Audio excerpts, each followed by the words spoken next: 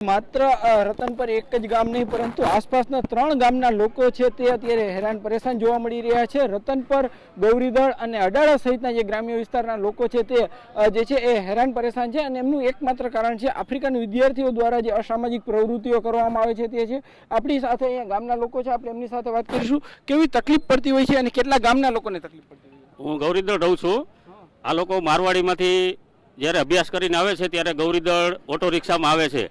એટલા ટૂંકા વસ્ત્રો પહેર્યા હોય છે કે ગામ લોકો દુકાને આવતા ગભરાય છે। આ દુકાને ખરીદી કરતા હોય અને એવા ચેનચાળા અને ન જોતા કરે છે, કારણ કે એ લોકોનો વાંક નથી। એ લોકો નશીલા પદાર્થ સેવન કરીને આવે છે, ડ્રગ્સ, ચરસ, ગાંજા અને નો કરવાનું કરે છે। રસ્તામાં આરોટે છે, ઓટો રિક્ષાવાળા માથાકૂટ કરે છે, દુકાનવાળા પાસે માલ ખરીદી કરી અને એની પાસે પણ માથાકૂટ કરે છે, કારણ કે એની ભાષા ઇંગ્લિશ હોય, દુકાનવાળા અભણ હોય, કોઈ સમજતા નથી અને જવા દે છે।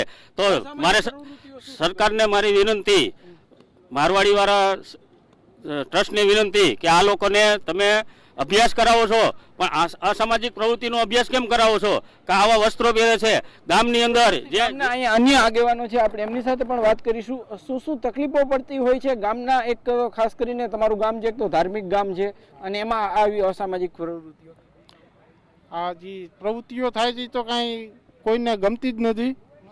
આમાં બધા નશીલા પદાર્થના સેવન કરે છે, દારૂ છે, ગાંજો છે, અફીણ છે, ચરસ છે, એ પીને નીકળે છે અને અહીંયા અશ્લીલ હરકતો કરે છે અને હાથમાં હાથ નાખીને નીકળે છે। આ ધાર્મિક સ્થળ છે, હમણાં શ્રાવણ મહિનો ચાલુ થશે, આપણે અહીંયા શંકરાચાર્ય દ્વારા સ્થાપિત ચંદ્રમલેશ્વર મહાદેવ મંદિર છે, ત્યાં શ્રદ્ધાળુઓ આવશે અને આ બધો આવો માહોલ જોશે તો એ લોકોને આમ આવતા અચકાશે કે હવે આ બાજુ કેમ જવું। ખાસ કરીને ગામના જે લોકો હોય છે, મહિલાઓને કેવી તકલીફ પડતી હોય છે? આપ વડીલ છો, આપને પણ ફરિયાદો આવતી હોય છે, શું તકલીફો પડતી હોય છે? મહિલાઓને બહાર નીકળવાનો ત્રાસ છે।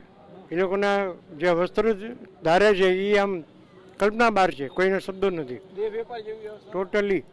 અમે અમારા મકાન માલિકમાં, અમારા બિલ્ડિંગમાં 2 જણા રાખ્યા છે, એકને કાઢ્યા તો બીજા રાખ્યા અને અમે એમ કહીએ તમે ફેમિલીને આપો, તમે કોઈ એવા વ્યક્તિને ન આપો તો એ લોકો અમારે એવો ઓલો કરે છે કે અમારા 3 પાળીના માણસો હોય તો 3 પાળીના માણસો અમારે સાચવવાના।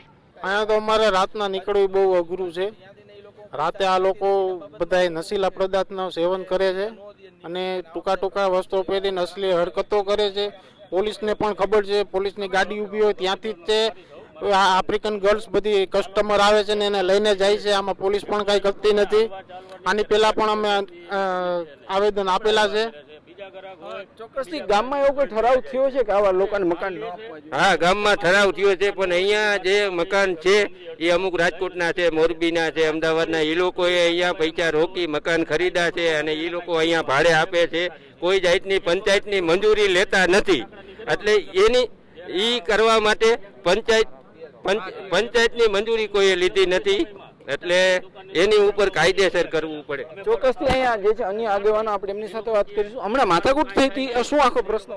માથાકૂટમાં એ લોકો ખાલી સામું જોવી છે ને આપણે તો એ લોકોને એમ થાય કે આપણે કઈ બીજો કઈ એને ત્રાસ આપે છે, પણ હકીકતમાં અમે હવે ગામજનો કે ઠરાવ પાસ કર્યો છે કે હવે જે કોઈને મકાન ભાડે જોતા છે અને કોઈને દેવાના થશે તો ફરજિયાત ગામનો ઠરાવ પાસ થઈ ગયો છે, સરપંચને મુલાકાત લેવી જ પડશે, એ 100%।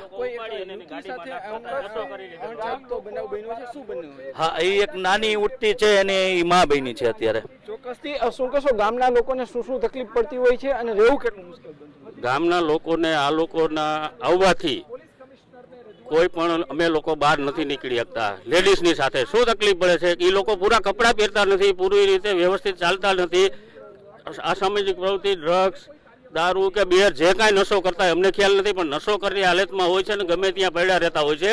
એટલે અમારે ગામ લોકોને હવે સરકાર અમને બીજે જગ્યા આપે ને તો અમે રહેવા વહી જાય ને આ લોકોને અહીં રહેવા દો, સરકારને મંજૂર હોય તો। ખરેખર આ તકલીફ બહુ અમને વધારે છે। આ એટલું સરસ મજાનું યાત્રાધામનું એક રતનપરનું એક નામ આવે છે, એ બદલે આ લોકો બહુ દેહ વેપાર કરે છે, પ્લસ ચરસ, ગાંજો ને એવું બધું પણ સેવન કરે છે।